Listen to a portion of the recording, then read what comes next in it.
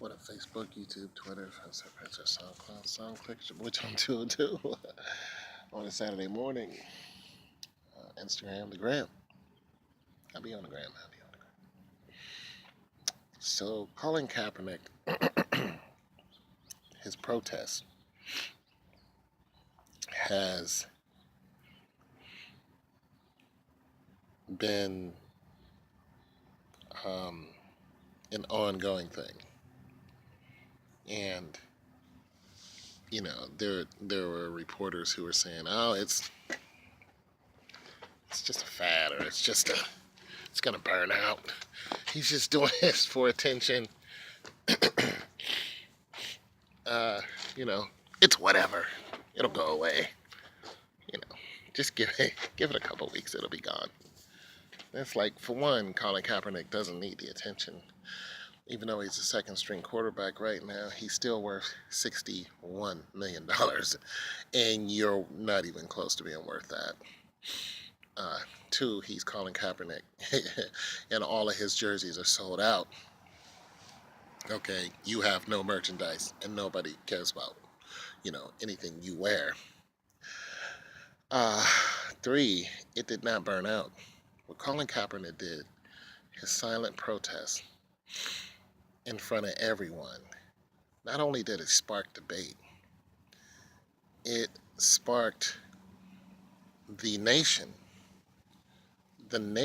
to start putting more eyes on the problem, which is what a protest is supposed to do.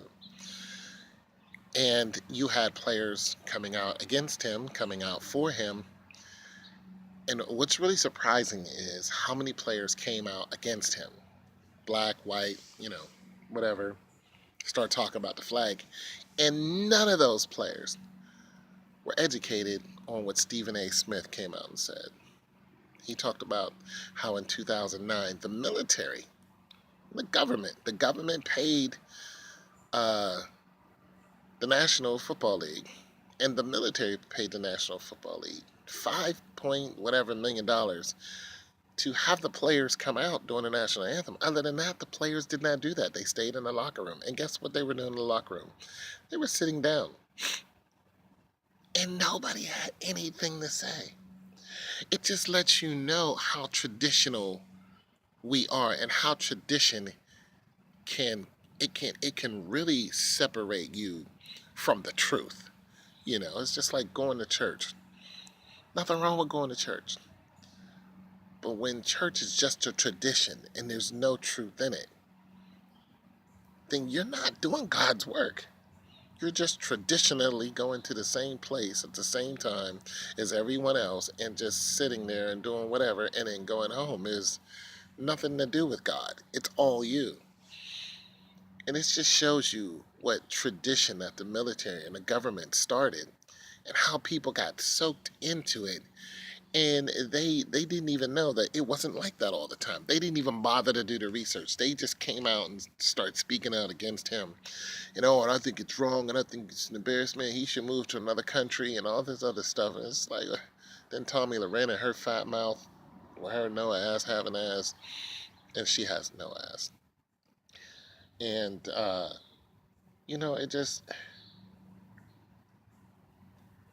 it just makes you really wonder, like, how much do we really know about what we are for and what we are against? How many people actually bothered to pick up a book and find out about Francis Scott Key and find out he was a hateful, uh, murderous, individual? How many people actually know that the national anthem wasn't even the national anthem until 15 years later, after Francis Scott Key wrote it? I mean, how many people know about how the national anthem was talking about murdering people, murdering black people who were fighting for the British? You know, I mean, this is a stolen land that we live on. It's a stolen land. The Indians had it first. And we got all this pride in America and pride in the flag and all this other stuff that we want to keep talking about, but nobody wants to talk about the blood on our hands. Nobody. They don't want to mention that. They don't want to talk about how many Indians died protecting what is rightfully theirs. They don't want to talk about that. They want to tell black people to go back to go back to your own country. Well, you kind of brought us here. You created this problem. And now you're just killing us. You're just shooting us like flies. I mean, the way they shot Alton Sterling was there was no humanity in it.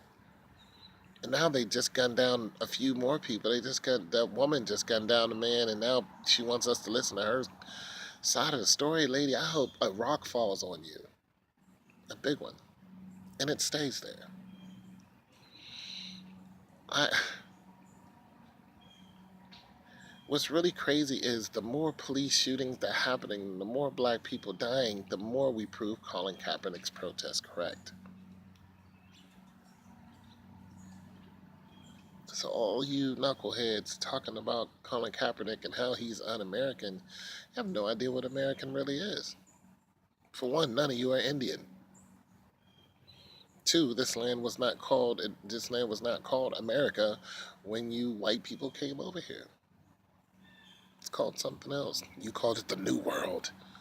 But it was already called something. You came into somebody's house and you kicked them out and then you claimed their house. And now you want us to have all this pride about it. You want all these black people to fight for your war that you started. And if they don't, they're un-American. I signed up to fight for one of those wars. And almost did. The captain stopped me. Yeah. I could have got my damn head blown off for no reason. Fighting against some people who have nothing to do with me, have no interest in me. What are the chances a Muslim is going to cut your head off? And then what are the chances that a police is going to shoot you in the face? Or just shoot you, period. I'll put it to you like this. What are the chances that ISIS is going to cut your head off? And then what are the chances that a cop is going to kill your child?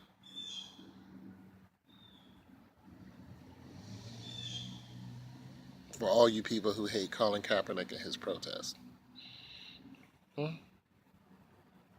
And for all you white people who think that this is just a black and, a white cop, black person thing, hey, there was a black cop that just shot a man, and guess what? He had a 6-year-old in the back of his car. That cop shot that 6-year-old and killed him, and he shot the man too, and the man lived. And you know what? His hands were up. He was surrendering. That black cop shot him. You know what the cop said? I didn't know there was a child in the back. No, but you were shooting a man who was sitting in his car, hands up, and you start shooting at him. And now you're in trouble for murder. You killed a 6-year-old boy. And even if you don't, listen, even if the same thing that's happening with these white cops who make these corny excuses about murder, and they get away with it, like Darren Wilson and Michael Brelow and, all these other murderous people, you still got God to deal with. You people, listen, just because America is running around naked, and these women are running around, with their bodies showing everywhere, and everybody is doing every godless thing, and homosexuality is just rampant, and nobody gives a damn about what God thinks. Just because America's telling you, hey, do what you want, forget about what everybody else says, you're your own person, we won't judge you. Just because America is filling your head with that, including Obama, doesn't mean that God is dead. We will all stand before God. All of us. All of us. I mean, I've done some things, you've done some things, and we all got to pay for that. There is repentance, yes, but there are some people who are convinced what they did is right, and they won't repent. And that is the difference. That's the difference, people. There's people repenting, Lord, I'm sorry I did this. I don't want to do it no more. Help me out with this. And then there's people like, yeah, I did it. So what?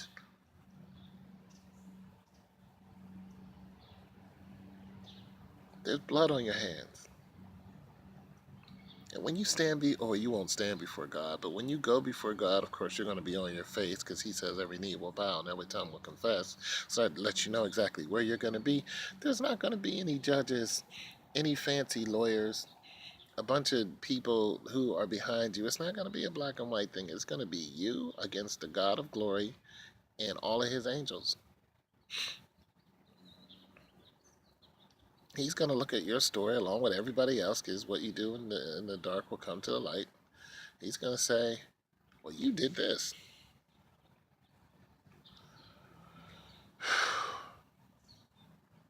And you're not going to get away.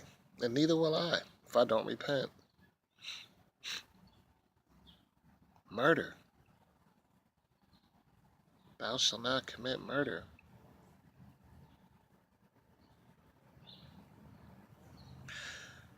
As far as the protest is concerned, there's all kind of football teams doing it now. There's kids doing it. There's people outside of the National Football League doing it. There's people putting their hand up like the Olympics.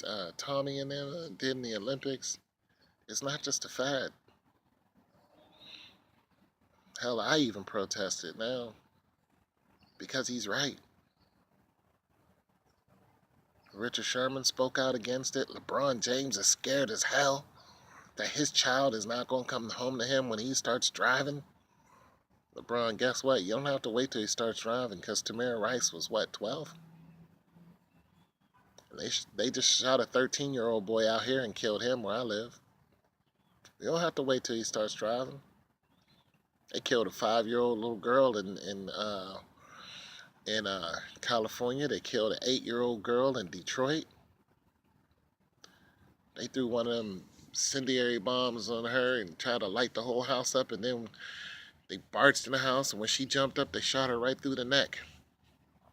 They blamed it all on the person that they was looking for. No accountability. You don't have to wait until 16, LeBron. He can go down right now. And those cops are going on vacation.